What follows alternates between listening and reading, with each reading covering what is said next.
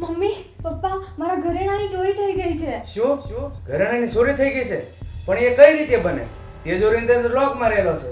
હા, અને મેં જ લોક મારેલો. અરે ચાવી પણ મારી પાસે છે. અત્યારે હું રૂમ સાફ કરતી હતી ને તો જોયું તો તિજોરી ખુલ્લી હતી અને એમાંથી રૂપિયા અને ઘરેણા બંને ગાયબ હતા. ચાલ.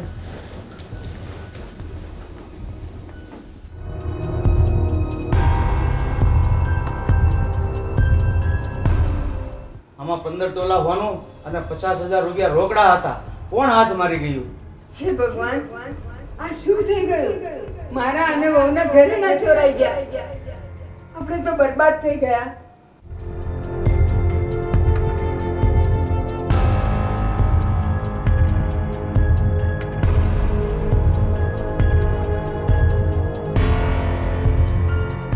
મોટા ભાઈ, તમે બધા શું ભેગા થયા છો? કઈ થયું છે? હર્ષદ, આપણા ઘરમાં ચોરી થઈ છે. કોઈ સોનું અને રૂપિયા બંનેવાનું ચોરી ગયા છે. પણ મોટા ભાઈ, એવું કઈ રીતે બને? આખો દિવસ તો આપણે બધા ઘરે જ હોઈએ છીએ. કાંઈ ખબર પડતી નથી શું થયું અને કોણ ચોરી ગયું. પપ્પા આપણે પોલીસ ફરિયાદ કરવી જોઈએ. તું હાસું કે છે બેટા? હું ગિરીશને ફોન કરું છું, એ પોલીસ સ્ટેશને જઈ આવે.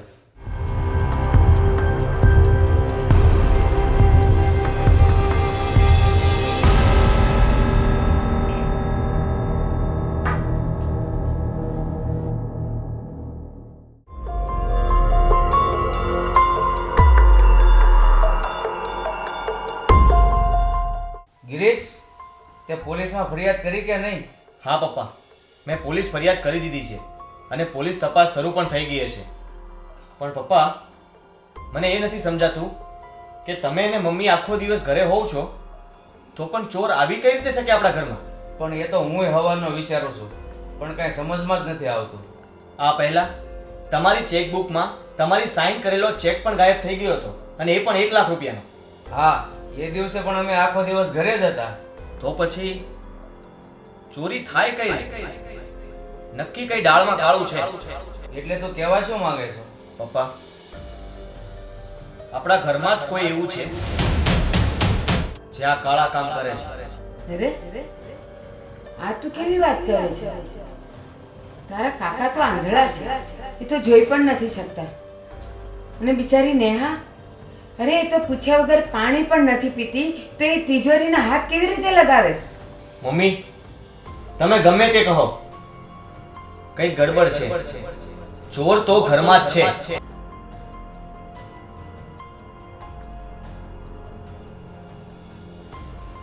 આ ગિરીશનું કામ જ આવું ને આવું હોય. બસ ખોટો વેમ કર્યા કરે અને આપણામાં શંકા નાખ્યા કરે.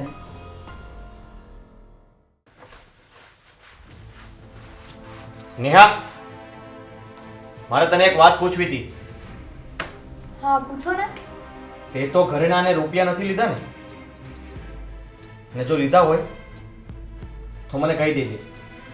ગિરીશ આ તમે કેવો સવાલ કરો છો? હું મારા ઘરમાં ચોરી કરું?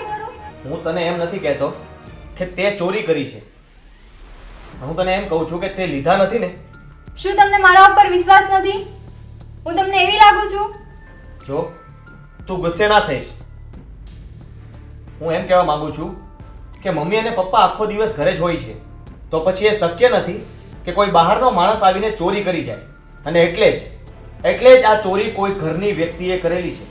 એટલે તમે શક મારા ઉપર કરો છો એમ ને? તું ખોટી ગુસ્સે થાય છે. હું તો તને ખાલી પૂછું છું, બાકી શક તો મને કાકા ઉપર જાય છે. કાકા ઉપર? કાકા તો જોઈ પણ નથી શકતા, તો આ બધું કેવી રીતે કરી શકે? એ ગમે તે રીતે કર્યું હોય, પણ મને ખાતરી છે કે આ કામ કાકાએ જ કર્યું હશે.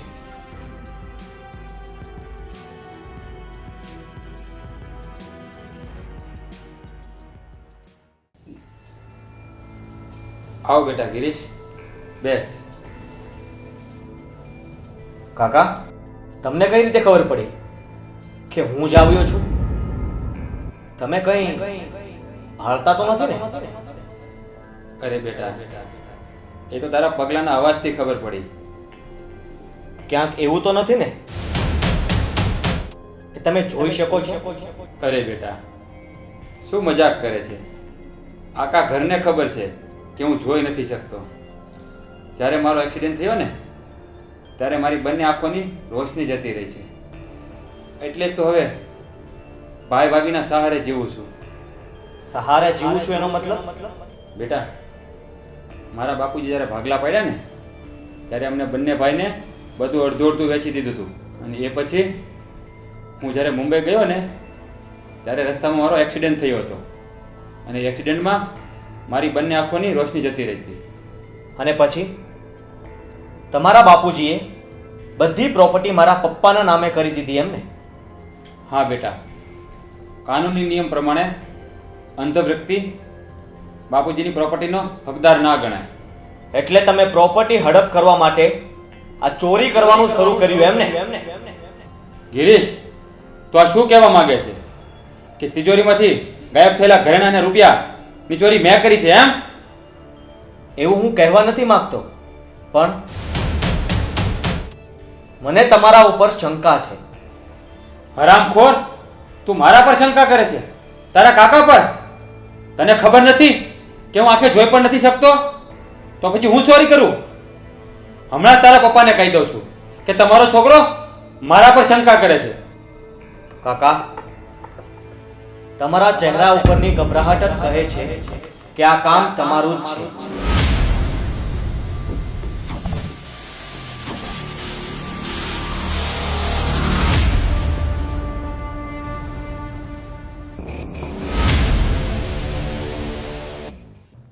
પપ્પા, તમે આ ચેક ઉપર સાઈન કરી આપો. 1 લાખ રૂપિયાનો છે? 1 લાખ રૂપિયાની તારે શું જરૂર પડે? રૂપિયાની મારે જરૂર નથી. આ તો ચોરને પકડવાની મારી એક તરકીબ છે. એટલે હું કાંઈ સમજ્યો નહીં. પપ્પા, હું આ ચેકબુકને મારા લેપટોપ પાસે મૂકીશ. અને નેહા, તું બધું કામ પડતું મૂકીને આ ચેકબુકમાંથી કોણ ચેક લઈ જાય છે ને એનું ધ્યાન રાખીશ. ઓકે, સમજી ગઈ. એટલે તારો ઈશારો હર્ષ તરફ નથી ને? રાઈટ પપ્પા, મને માત્ર શંકા નહીં પણ પૂરી ખાતરી છે કે આ બધા કામ એમના જ છે. અરે પણ એ બિચારો ભાળતો પણ નથી, તો આવું કઈ રીતે કરી શકે? મને તો એનો અંધાપો એક નાટક લાગે છે. ના ના, એવું નથી. એને હું જ દવાખાને લઈ ગયો હતો ત્યારે ડોક્ટર જ કહ્યું હતું કે હર્ષદની આંખની રોશની જતી રહી છે. પણ પપ્પા, મને યાદ છે કે કાકા ગયા વર્ષે પૂના ગયા હતા તમારા મામાના ઘરે. ત્યાં 1 મહિનો રોકાયા હતા. તો શક્ય છે કે ત્યાં તેને આંખોની સારવાર લીધી હોય અને એ દેખતા થઈ ગયા હોય. હા, ઉભો રહે, અત્યારે જ હું મામાને ફોન કરીને પૂછી લઉં છું.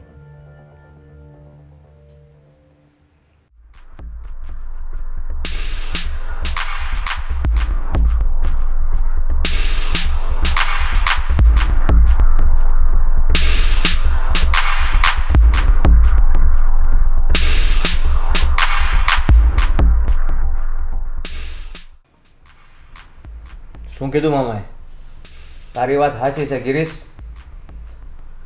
હર્ષદની રોશની પાછી આવી ગઈ છે અને એ જોઈ પણ શકે છે.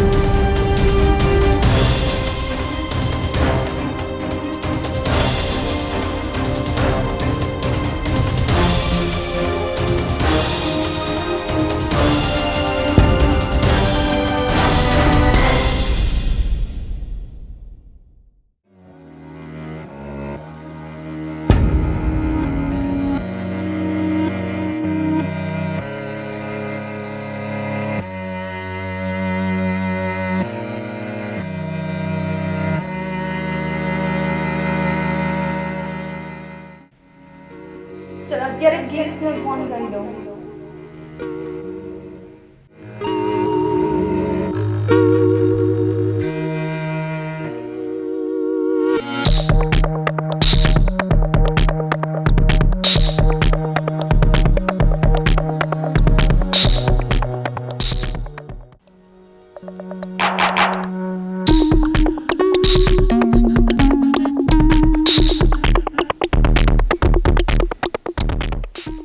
પપ્પા, આ રહ્યો તમારો ચોર. આ બધું શું છે? અરે પહેલા મને તું ઈ કે તું જોઈ શકતો હતો તો પછી આ આંધળાનું નાટક શું કામ કરે છે?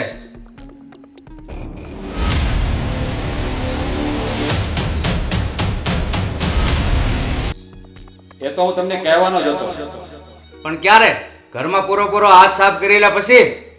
એટલે તમે બધા એ કહેવા માંગો છો કે આ ચોરી મેં કરી છે એમ? તમે જ કરી છે આ ચોરી, અને આ રહ્યું એનું પ્રૂફ.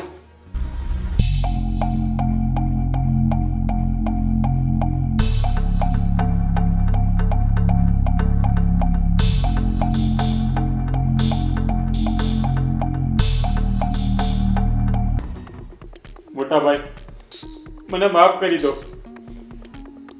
આ ઘરમાં જેટલી ચોરીઓ થઈ છે ને એ બધી મેં જ કરી છે, અને કબાટમાંથી ઘરેણા અને રૂપિયાની ચોરી પણ મેં જ કરી છે. મને માફ કરી દો મોટા ભાઈ, મને માફ કરી દો.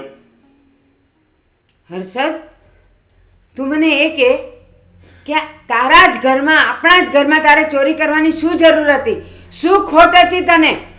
તને બધું જ મળતું તું ને, તો શા માટે તને ચોરી કરવાની જરૂર પડી? ભાભી, હું લાલચની માયાજાળમાં ફસાઈ ગયો હતો. ભાભી, મને માફ કરી દો.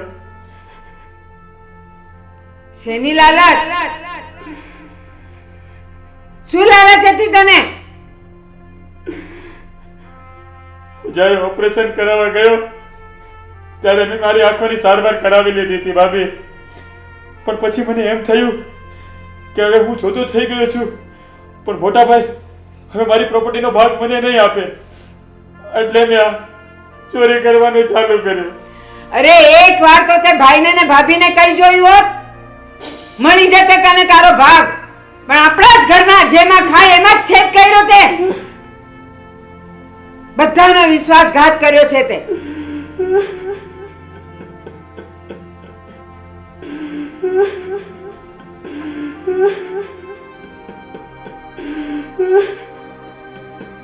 અરે ગાંડા, તે મને વાત કરી હોત ને કે હું દેખતો થઈ ગયો છું તો હું સામેથી ભાગ આપી દેત. મોટા ભાઈ, મને આજ મારા કર્યા પર બહુ પસ્તાવો થાય છે. મને માફ કરી દો, મને માફ કરી દો. કઈ વાંધો નહીં, જે થયું તે હવે ભૂલી જા. પણ હવે આવું ક્યારેય નહીં કરતો, નહીંતર ઘરની બહાર કાઢી મૂકીશ. હા મોટા ભાઈ, હવે હું ક્યારેય નહીં કરું.